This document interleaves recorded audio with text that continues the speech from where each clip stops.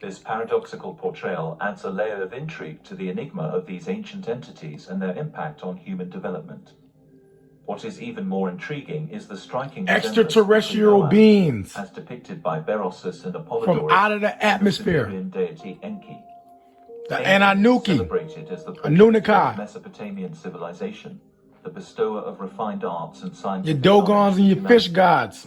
Pay attention. His abode was the enigmatic water palace known as Abzu, situated on the shores of the Persian Gulf. And all this in y'all Bible. Notably, Enki's Abzu was a sealed and possibly submersible domain, adding to the mystique of his divine presence. The legend of Oannes recounts his nightly return to his aquatic abode, evoking a profound connection to the watery realm.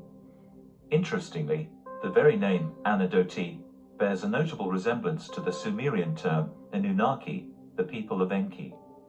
It is conceivable that the Greek designation might have originated in the annals of Sumerian history, subsequently serving as a descriptor for a race characterized by their reptilian nature and the aversion. These Greeks and these Romans. This interplay of languages and cultures adds another layer to the enigmatic story of these beings. Anamites, which is the Canaanites. Insight regarding the fish symbolizes the divine mystery. Pay attention to the Roman symbols. Letters of the 5 Greek words, Jesus Christos Theo Uios Sota, they ingeniously form the word ICHTHUS, Yesu, fish.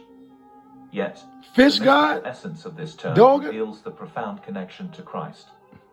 It signifies his ability to exist untainted, akin to life teeming within the unfathomable depths, untouched by the abyss of our mortal existence. We talk about your body. Now we talk about physiology right now. Christ's purity and divinity. The enigmatic figure of Oannes. When they talk about Christ, your crystal Earl. Johannine Christian tradition, particularly. See how they ain't metaphorically speaking right? Saint John, known as the Submerger or Baptizer, carries a name that echoes Joanne's or this who locked your knowledge up, aligning with the enigmatic Oannes.